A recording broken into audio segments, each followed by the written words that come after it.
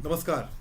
आशा करता हूँ आप सबको मेरी आवाज़ मिल रही होगी, वीडियो भी मिल रहा होगा। मेरा नाम है मयंक सक्सेना और हम लोग आज मिल रहे हैं एक ज़रूरी विषय पे बात करने के लिए, मीडिया विजिल पे और जंतर मंतर पे जो कुछ चल रहा है देश की राजधानी दिल्ली में, उस पर जो है हम ये बात कर रहे हैं। क्या चल रहा है वो हम सब ने देखा, लेकिन बीती रात यानी कि बुधवार की रात जो वहाँ पर हुआ वो जो है वो एक बहुत ऐसी घटना थी जिसकी जाहिर सी बात है कि अपेक्षा नहीं की जानी चाहिए और जो होना भी नहीं चाहिए, पर वो हुआ। और उसके बाद अब आगे क्या, इस पर हम बात करेंगे। हम ये भी बात करेंगे कि दरअसल अभी तक जो हो रहा था उसको जो है वो कैसे देखा जाना चाहिए और सारे दांव चल दिए जाएंगे क्या सरकार की तरफ से, ब्रजभूषण शरण सिंह की तरफ से जो रेसलिंग फेडरेशन ऑफ इंडिया के अध्यक्ष हैं, और क्या उसके बाद इस्तीफ़ा होगा। इस्तीफ़ा होगा हम ये इसलिए कह रहे हैं क्योंकि इस्तीफ़ा तो होगा ही, पर समस्या ये है कि ये जो है ये पहली बार होता हुआ हम नहीं देख रहे हैं। इसके पहले किसान आंदोलन में हम लगभग यही अप्रोच जो है वो सरकार का देख चुके हैं और कई लोगों ने ये भी कहा कि ये किस तरह की बात है कि आप क्या बात कर रहे हैं, आरोप साबित होने चाहिए पहले। पर आरोप साबित होने का एक प्रोसेस होता है, उस प्रोसेस में ही जा नहीं पा रहे हैं। तो आपका स्वागत है बात करने के लिए। इस पे हम बात करेंगे, कुछ ज़रूरी मुद्दे हम उठाएंगे जिन पर उस तरह से विस्तार में अब तक बात नहीं हुई है। उसकी डिटेल में जाएंगे, लेकिन इसके पहले एक बार जो है वो ज़रा देखते हैं कि बीती रात जो हुआ वो क्या था, जंतर मंतर पे क्या घटा जिसकी वजह से ये सब कुछ हुआ। सबसे पहले एक वीडियो आपको दिखाते हैं, मोबाइल से शूट किया हुआ है, जो दरअसल ये बताएगा कि ये घटना जंतर मंतर पे कल रात जो हिंसा हुई, जो हंगामा हुआ जिसमें दो पहलवानों के गंभीर चोट आई, वो शुरू कहाँ से हुआ मामला। ऐसे है, देखो इस बंदे ने शराब पी रखी थी और ये अभी भी यहाँ बैठा है और पूरा प्रशासन तमाशबीन बनकर पहलवानों को गाड़ी दिलवाने का काम करा और इन्होंने मारने का काम करा। हमारे दो साथियों का सिर फूट गया। अब पूरा प्रशासन तमाशबीन बनकर देखने का काम कर रहा। ये देखिए, ये असला है, हमारे को कानून सिखा रहे आपसे। हाँ, यही पुलिस प्रशासन ने यही बुलाओ, यही नहीं, हाँ यही होगा। तो अपनी स्क्रीन पर आप जो देख रहे थे, एक पुलिस वाला जिसको जो है प्रदर्शनकारी बिठाए हुए हैं, बताया जा रहा है कि मामले की शुरुआत जो है वो इस घटना से, इस पुलिस वाले के लिए कहा जा रहा है कि शराब के नशे में धुत था। और बताया गया कि दरअसल जो है वो प्रदर्शनकारी, जो प्रोटेस्टर्स हैं, जो पहलवान हैं, उनके लिए जो है वो फोल्डिंग बेड्स यानी कि चारपाइयाँ, अगर हम कहें तो फोल्डिंग चारपाइयाँ मंगाई गई थी। क्यों मंगाई गई थी? पहलवानों का, प्रदर्शनकारियों का कहना यह है कि बारिश हो रही है दिल्ली में और लगातार बारिश हो रही है, कल हो रही थी, बीती रात बुधवार को हो रही थी, तो ज़मीन फर्श गीला हो जाता है और ऐसे में सोना जो है लगभग नामुमकिन हो रहा है और बारिश पहले भी हो चुकी है। तो उसके लिए जो है फोल्डिंग बेड्स मंगाए गए। अब इसमें पुलिस का क्या कहना है कि इसके लिए इजाज़त ली जानी चाहिए थी। ये बात बिल्कुल सही हो सकती है कि इजाज़त ली जानी चाहिए थी, पर यहाँ पे एक बुनियादी समस्या ये है कि इजाज़त किससे ली जानी चाहिए थी आखिर। दूसरा, इजाज़त ली गई या नहीं ली गई वो तो एक बात है, पर किस तरह से और कैसे रोका गया प्रोटेस्टर्स को वो फोल्डिंग बेड लाने से, एक दूसरा हिस्सा बहुत इम्पोर्टेंट है समझना, जहाँ पर ये कहा पुलिस ने कि हमने इसलिए रोका क्योंकि जो है वो बेड्स जो है वो कोई नेता, जो बताया जा रहा है कि आम आदमी पार्टी के नेता थे, वो लेकर आ रहे थे। अब इसमें एक बहुत इम्पॉर्टेंट सवाल ये है कि अगर आम आदमी पार्टी का भी कोई नेता बेड लेकर आ रहा था तो इस आधार पे पुलिस कैसे रोक सकती है किसी को बेड लाने से? ये बात बहुत दिलचस्प है। बाकायदा एक नेता का नाम लिया गया आम आदमी पार्टी के और कहा गया कि वो बेड ला रहे थे। इसमें तो बहुत सीधी सी बात यह है कि ठीक है, भारतीय जनता पार्टी का कोई नेता जो है वो बेड ले आता, कोई भी ले आता, मतलब इस बात का क्या मतलब है कि कोई विशेष व्यक्ति जो है वो बेड ला रहा था इसलिए रोका गया। और उसके बाद वहाँ पे क्या हुआ एक बार वो भी देखने की कोशिश करते हैं।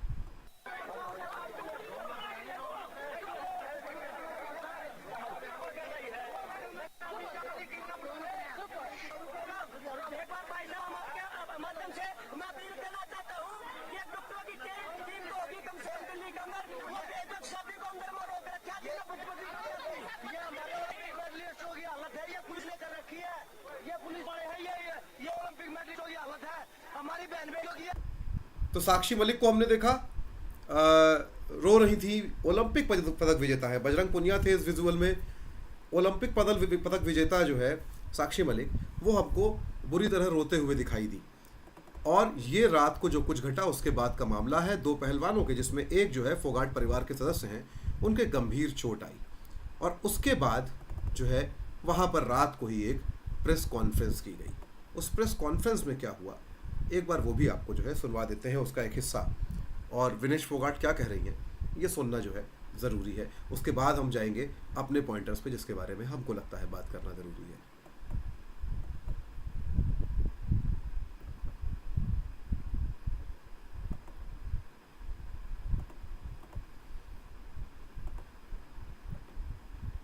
तो हम प्रेस कॉन्फ्रेंस आपको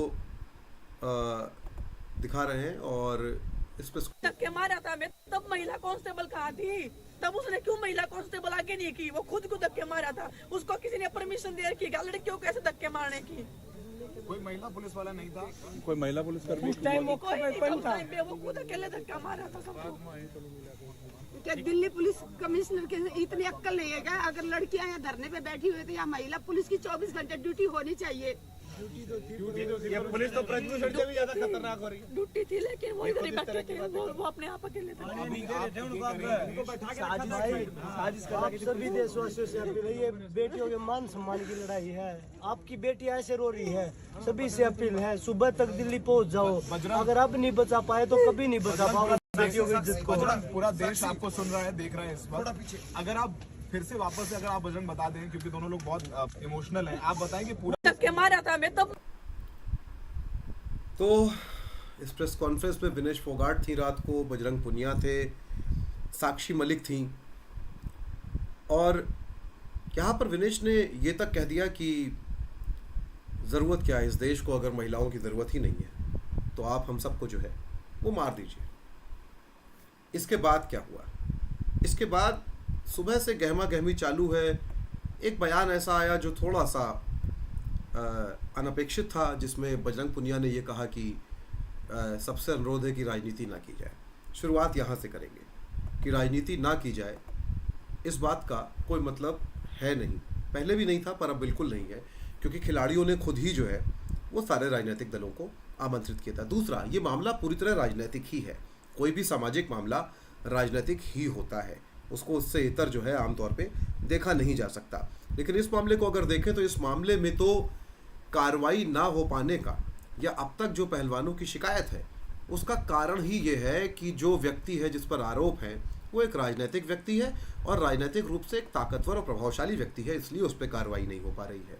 वो राजनीति खेल संघ की भी हो सकती है, वो राजनीति देश की भी है, दोनों ही हिस्से हैं इसमें। ब्रजभूषण शरण सिंह। और अब आते हैं अपने उस मुद्दे पे जिसके बारे में बात करनी बहुत ज़रूरी है। लगातार हम जो है ब्रजभूषण के समर्थकों के और ब्रजभूषण के खुद के बहुत सारे बयान सुन रहे हैं। ब्रजभूषण शरण सिंह जो है बाकायदा टीवी पर आके इंटरव्यू दे रहे हैं बड़े बड़े, जिसमें जिस अहंकार से, जिस अप्रोच से वो बात कर रहे हैं, और वो बार बार कह रहे हैं मैं इस्तीफ़ा नहीं दूंगा। उनके जो तर्क हैं वो उनके समर्थक प्रचारित कर रहे हैं, भारतीय जनता पार्टी की IT सेल के लोग प्रचारित कर रहे हैं, बहुत सारी बातें चारों तरफ हो रही हैं। हम उस पर बात करेंगे और उन तर्कों का थोड़ा सा हम पोस्टमार्टम करने का, विच्छेदन करने की कोशिश करेंगे। देखेंगे कि उनके तर्क जो है कितने मजबूत हैं। सबसे पहले उनके तर्कों की दिक्कत जो है उस पर बात करते हैं। सबसे पहले चलते हैं एक ऐसे तर्क पे जिसमें कहा जा रहा है कि पहलवानों को धरना देने की क्या ज़रूरत थी, इस पे बात करते हैं। तो अव्वल तो ये कि धरना देने की बात, तो सबसे पहली बात तो ये समझ लेनी चाहिए कि धरना देना जो है वो केवल ज़रूरत नहीं है, वो मौलिक अधिकार भी है। और इसलिए इस बात पर प्रश्न करने का अधिकार किसी को है ही नहीं कि कोई धरना क्यों दे रहा है। अगर किसी को लगता है कि उसको ज़रूरत है प्रोटेस्ट करने की, धरना देने की, तो वो धरना देगा, प्रोटेस्ट करेगा। और रही बात आगे की क्या ज़रूरत है, कारण क्या है, तो पहलवान तो स्पष्ट रूप से बता चुके हैं कि उनकी ज़रूरत क्या है। अगर आप उसे ज़रूरत मानते हैं तो, आप नहीं मानते हैं तो कोई कुछ नहीं कर सकता। लेकिन अगर आप उनकी ज़रूरत को वैलिड नहीं भी मानते हैं तब भी उनके पास ये अधिकार है, उनके पास ये अधिकार तब भी रहेगा, क्योंकि इसी देश में इतने धरने हुए हैं, इसी जंतर मंतर पे मैं गिनाना शुरू करूं अगर, हिंदू राष्ट्र बनाने, अल्पसंख्यकों से वोटिंग राइट छीन लेने, दंगा करवाने वालों, बलात्कारियों, हत्यारों, हत्या के आरोपियों, उनके तबके समर्थनों में, जनसंहार के आरोपियों के समर्थन में जनसंहार की मांग करते हुए इसी जंतर मंतर पे धरने हो गए हैं। और वो लोग जो अभी ये सवाल कर रहे हैं कि ज़रूरत क्या थी, वो तब चुप बैठे थे, कई बार तो समर्थन में भी थे। और आप पूछ रहे हैं कि इतनी अहम मांग को लेके, इतने बड़े मुद्दे को लेके धरना देने की क्या ज़रूरत है, प्रोटेस्ट करने की क्या ज़रूरत है। खैर, ये तो एक वो था। आते हैं एक और तर्क जो ब्रजभूषण, उनके समर्थक और वो खुद दे रहे हैं। वो कह रहे हैं कि बिना जांच के एफआईआर क्यों हो। सबसे पहले तो मैं स्पष्ट कर दूं, ये जानना चाहिए कि जांच तो होगी खैर, लेकिन एफआईआर को हिंदी में प्राथमिकी कहते हैं। तो ये तो कोई शर्त ही नहीं है कि बिना जांच के एफआईआर नहीं हो सकती, प्रिलिमिनरी इंक्वायरी हो सकती है, पर बात जांच की है ही नहीं। कोई जांच की बात तो नकार ही नहीं रहा है, जांच तो होगी एफआईआर के बाद भी। बात पुलिस के रवैये की है। जिस तरह के आरोप ब्रजभूषण पे लगे हैं, जिस तरह की धाराओं में जो है वो मामला दर्ज हुआ है, उसमें एफआईआर हो सकती है, ये कानून कहता है। पुलिस ने अदालत में अपनी बात रखी और उसके बाद एफआईआर का आदेश जो है वो किसने दिया, वो सुप्रीम कोर्ट ने दिया। तो सुप्रीम कोर्ट ने एफआईआर का जब आदेश दिया तो जाहिर सी बात है कि मतलब मेरा और आपका कानूनी ज्ञान सुप्रीम कोर्ट से ज़्यादा अगर है, खैर इसको भी जाने देते हैं। मान ले कि सब बातें छोड़ दें, ओलंपिक एसोसिएशन ने, खेल संघ ने एक कमेटी बनाई थी। उस कमेटी ने क्या किया, उसने जांच की होगी। उस जांच की रिपोर्ट कहाँ है? उस जांच की रिपोर्ट भी अब तक जो है वो सामने नहीं आई है। तो उसकी जांच क्यों नहीं आई, वही पब्लिक कर दी जाती, उस जांच के आधार पर एफआईआर होती या नहीं होती। बताया ये भी जा रहा है कि इस जांच समिति की जो रिपोर्ट है उस पे कमेटी के एक मेंबर ने जो है वो हस्ताक्षर नहीं किए और रिपोर्ट जो है सबमिट भी कर दी गई है।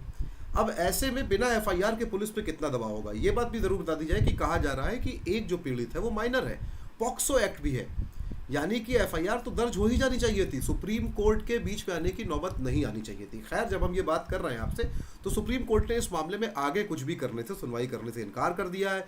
कहा है कि उनके पास जो मांग आई थी एफआईआर की वो आदेश दे दिया गया है, अब पुलिस के हाथ में मामला है और अब जो है आगे अगर खिलाड़ी चाहे तो निचली अदालत में जा सकते हैं। ठीक, अब ये समझिए कि जहां एफआईआर तक के लिए सुप्रीम कोर्ट को आदेश देना पड़ रहा है, वहां पे आखिर वहां पे ऐसी स्थिति में कितना दबाव होगा ईमानदार जांच का, ब्रजभूषण शरण सिंह से पूछताछ का। एफआईआर के बाद तो ऐसा कुछ होते देखा ही नहीं। एक और बात कही जा रही है कि खिलाड़ियों ने जो है वो ब्रजभूषण के खिलाफ कोई सबूत क्यों नहीं पेश किए, खिलाड़ी सबूत क्यों नहीं पेश कर रहे हैं। ये बहुत दिलचस्प बात है। किसके सामने सबूत रखने हैं, किसके सामने? भाजपा समर्थकों के सामने, ब्रजभूषण के समर्थकों के सामने, ब्रजभूषण शरण सिंह के सामने, कि मीडिया के सामने? किसके सामने? इनमें से कौन है जो लीगल एंटिटी है जो सबूत मांग सकती है? कौन सी लीगल एंटिटी है? खिलाड़ी क्यों बाध्य है पब्लिक डोमेन में सबूत रखने के लिए, सामने आकर गवाही देने के लिए? जिस तरह का इस समाज का अप्रोच, रवैया महिलाओं के प्रति है और यौन हिंसा के मामलों में जैसा उसका रवैया रहा है, बल्कि अब ये देखें तो जिस आदमी के खिलाफ आरोप लगे हैं वो कितना शक्तिशाली और ताकतवर है, उसका एक गंभीर आपराधिक इतिहास रहा है, वो सत्ताधारी पार्टी का लोकसभा सांसद भी है और दबंग और बाहुबली माना जाता है। ऐसे में पीड़ितों को क्यों सामने आना चाहिए, क्यों मीडिया के सामने सबूत रख देने चाहिए, क्यों सोशल मीडिया पर डाल देने चाहिए? सिर्फ इसलिए कि कुछ लोग या एक आबादी किसी भी कीमत पे जाके सत्ताधारी पार्टी जो केंद्र में है उसका और उसके नेताओं का समर्थन करना चाहती है। सिर्फ इसलिए कि कोई भी व्यक्ति जो आरोप लगाए सत्ताधारी पार्टी के लोगों पर, उसको आप जो है सार्वजनिक रूप से अपमानित और डिस्क्रेडिट करना चाहते हैं, उसकी क्रेडिबिलिटी खत्म करना चाहते हैं। इसलिए तो आपके सामने सबूत नहीं रखे जा सकते। आप लीगल एंटिटी नहीं है। जो भी साक्ष्य है या साक्ष्य नहीं है, वो जो साक्ष्य हैं वो अदालत में ही पेश किए जा सकते हैं। ये साक्ष्य पेश करने का कानूनी तरीका नहीं है कि पब्लिक डोमेन में रख दिए जाए, वो अदालत में पेश किए जाएंगे, वो जांच करने वाली एजेंसियां जब मांगेंगी तो उनको दिए जाएंगे। तो ये सवाल ही गलत है कि खिलाड़ी सबूत क्यों नहीं रख रहे हैं। अब आ जाते हैं ब्रजभूषण शरण सिंह पे। उनका जो तर्क है कि वो इस्तीफा नहीं देंगे, तो आरोप साबित होने से पहले इस्तीफा क्यों दे दें, ये कह रहे हैं। क्यों? अव्वल तो इसको समझे तो 11 साल से तो ब्रजभूषण जो है वो WFI के अध्यक्ष है। ओलंपिक काउंसिल का आप नियम उठा के देखिए, मेरी जानकारी के मुताबिक तो यही कहता है कि लगातार 2 टर्म अगर कोई सर्व कर ले तो उसके बाद एक कूलिंग ऑफ पीरियड होना चाहिए, यानी कि बैक टू बैक 2 टर्म्स से ज़्यादा आप सर्व नहीं कर सकते अपने पद पर किसी भी खेल संघ में। तो वो 11 साल से अध्यक्ष बने हुए हैं। एक सवाल तो ये वैसे होना चाहिए कि 11 साल से अध्यक्ष क्यों है, कोई नियम हो या ना हो, लेकिन खैर इस मामले के नज़रिए से बात करते हैं। तो जिस तरह के आरोप ब्रजभूषण पे हैं, ज़रा इसको सोच के देखिए। वो आरोप ही ये है कि वो खिलाड़ियों की मानसिक, भावनात्मक, शारीरिक हर तरह की सुरक्षा के लिए खतरा है। वो उन पर यौन हिंसा के आरोपी हैं। अब ऐसे में जिस तरह की शक्ति जो है उनके पास है, यानी कि उनके पास शक्ति है एक सांसद के तौर पे, WFI यानी कि रेसलिंग फेडरेशन ऑफ इंडिया के अध्यक्ष के तौर पे, और वैसे भी हम उनका इतिहास जानते हैं। ऐसे में जब तक वो एसोसिएशन के, फेडरेशन के अध्यक्ष बने रहेंगे, वो तो खिलाड़ियों की शारीरिक, भावनात्मक और मानसिक सुरक्षा के लिए जो है वो खतरा है, क्योंकि वो उन पे हिंसा के आरोपी है, वो तो खतरा पैदा करते रहेंगे। एक बहुत अहम बात और है, कॉन्फ्लिक्ट ऑफ इंटरेस्ट का मामला भी ये है। कॉन्फ्लिक्ट ऑफ इंटरेस्ट तो कैसे समझेंगे कि जिस तरह के आरोप उन पर है या जो आरोप उन पर है, उससे खिलाड़ियों और कुश्ती संघ के कामकाज के बीच एक कॉन्फ्लिक्ट ऑफ इंटरेस्ट पैदा होता है, जिसके कारण जब तक वो इस पद पर बने रहेंगे तब तक खेल और प्रदर्शन के बावजूद इन खिलाड़ियों के साथ भेदभाव किए जाने, इनसे उचित अवसर छीन लिए जाने या इनको खेल संघ द्वारा उत्पीड़ित किए जाने का खतरा लगातार बना रहेगा। यानी कि एक कॉन्फ्लिक्ट ऑफ इंटरेस्ट जो है वो बना रहेगा। इस कॉन्फ्लिक्ट ऑफ इंटरेस्ट को सॉल्व करने के लिए, उसको ना होने देने के लिए ज़रूरी है कि ब्रजभूषण अपने पद से इस्तीफा दे दे, क्योंकि जिस व्यक्ति पर खिलाड़ियों ने आरोप लगाए हैं, किसी भी मामले में किसी व्यक्ति पर आरोप लगे हों, वही व्यक्ति उनके खेल संघ का अध्यक्ष बना रहे, तो ऐसे में कैसे निष्पक्ष रूप से कोई प्रक्रिया चलेगी। खैर, और थोड़ा इसको समझेंगे बाद में। एक और तर्क पे आ जाते हैं। PM कहे तो मैं इस्तीफा दूंगा। बात सुनिए ब्रजभूषण की। PM कहे तो मैं इस्तीफा दूंगा, पार्टी अध्यक्ष JP नड्डा कहे तो मैं इस्तीफा दूंगा। मतलब नरेंद्र मोदी कहेंगे और JP नड्डा कहेंगे तो मैं इस्तीफा दूंगा। आप इसको देखिए, खिलाड़ी कह रहे हैं कि राजनीति ना करें, राजनीतिक वो ना बनाए। ब्रजभूषण लगातार आरोप लगा रहे हैं कि ये मामला यौन हिंसा का नहीं है, ये मामला तो राजनीतिक है। अब जब वो ये कहते हैं कि प्रधानमंत्री कहे या JP नड्डा कहे तो मैं इस्तीफा दूंगा, तो वो इस मामले का राजनीतिकरण केवल नहीं कर रहे हैं, वो खेल संघ का, भारतीय कुश्ती संघ का भी राजनीतिकरण कर देते हैं, और वो भी बहुत घटिया दर्जे का राजनीतिकरण, अतार्किक राजनीतिकरण, असंवैधानिक राजनीतिकरण। उनको कोई सामने बिठाए और उनसे ये शर्त रख दी जाए, जो आप लोगों ने उनके इंटरव्यूज़ देखे होंगे ब्रजभूषण के, उनसे ये शर्त रख दी जाए कि भाई ऐसा है, बिना ज़ोर से बोले, बिना चिल्लाए, बिना दबंगई दिखाए, बिना कोई कविता सुनाए, कविताएं सुनाते हैं बातचीत के बीच में, गाना गाने लगते हैं, बिना अपने शरीर में कहाँ कहाँ गोलियां लगी हैं ये गिनाए, और बिना अपनी दबंगई और अपने गरीब उद्धार के कार्यक्रम और इतिहास की मिसाल दिए बिना जवाब दें इस बात का कि प्रधानमंत्री क्यों कहेंगे कि इस्तीफा दो, तब वो इस्तीफा देंगे। और चलिए, प्रधानमंत्री तो देश के प्रधानमंत्री है, लेकिन मतलब क्या है, खिलाड़ी हैं प्रधानमंत्री, खेल संघ के मेंबर हैं, कौन है? चलिए प्रधानमंत्री है। ये JP नड्डा कौन है? JP नड्डा कौन है? भाजपा के अध्यक्ष हैं। तो ब्रजभूषण शरण सिंह क्या खेल संघ के अपने पद पर वो भाजपा के नेता की हैसियत से बैठे हुए हैं कि एक पूर्व खिलाड़ी, पहलवान और खेल प्रशासक की हैसियत से बैठे हैं? जब वो ये बोल रहे हैं और इस पर लोग लहालोट हो रहे हैं, इसका समर्थन कर रहे हैं, तो जरा सोच के देखिएगा इस लॉजिक से। ब्रजभूषण शरण सिंह का क्या लॉजिक है कि प्रधानमंत्री कहे, चलिए JP नड्डा कहेंगे। कौन है JP नड्डा? सरकार का हिस्सा है, खिलाड़ी हैं, खेल एसोसिएशन के मेंबर हैं, कौन है?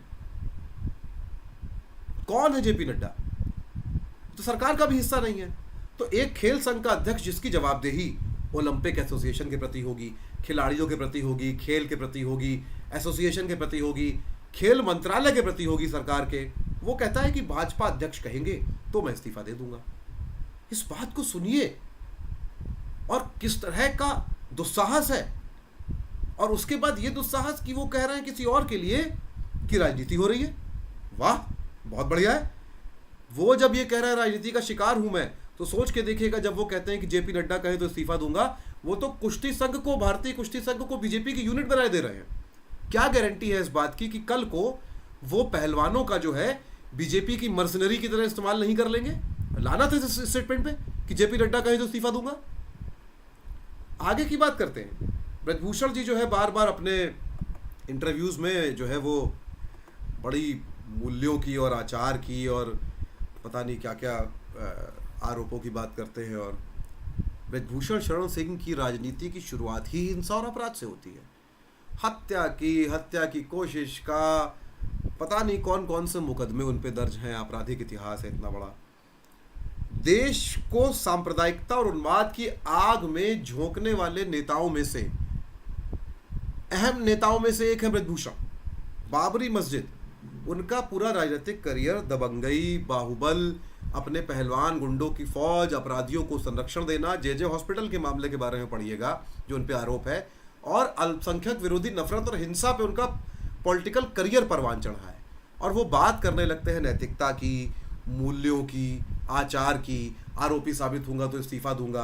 कई बयान उनके ऐसे हैं जिसमें से कुछ अल्पसंख्यकों के खिलाफ हैं जो हम सुनवा भी नहीं सकते हैं, जो हम सुनवाना भी नहीं चाहते हैं। तो जिस तरह के आरोप जिन लोगों की तरफ से लगे ब्रजभूषण पे वो गंभीर है। वो दोषी है या नहीं है ये हम नहीं कह सकते, दोष साबित होगा अदालत में, लेकिन उनका जो रवैया है उसको गौर से देखिए। मैं इस्तीफा नहीं दूंगा, हार्डकोर पितृसत्तात्मक पेट्रियार्कल सामंती रवैया कि ऐसे किसी की हिम्मत कैसे हो गई कि मुझसे इस्तीफा मांग ले, ये मेरी राजगद्दी है, ये मैं नहीं छोड़ूंगा। उनकी आदत ही नहीं है कि कोई उनको क्वेश्चन कर ले। उनका पूरा अप्रोच देखिए, पत्रकारों से कैसे बात करते हैं। और अब हम जो है आते हैं इस्तीफे के तार्किक आधारों पे। जो लोग कह रहे हैं कि ऐसे कैसे इस्तीफा दे दे, क्यों दे दे, एक कमेंट जो है हमारे पोस्टर पे भी आया था। तार्किक आधार सुनिए और बहुत गंभीरता से बात कर रहे हैं। जैसा कि हमने कहा कि जब तक इस तरह का आरोपी अपने पद पर है, खिलाड़ियों के प्रति निष्पक्ष जांच की उम्मीद नहीं की जा सकती। एक, क्योंकि इस जांच का एक अहम हिस्सा होगा भारतीय कुश्ती संघ WFI की ओर से साक्ष्य उपलब्ध कराने की प्रक्रिया।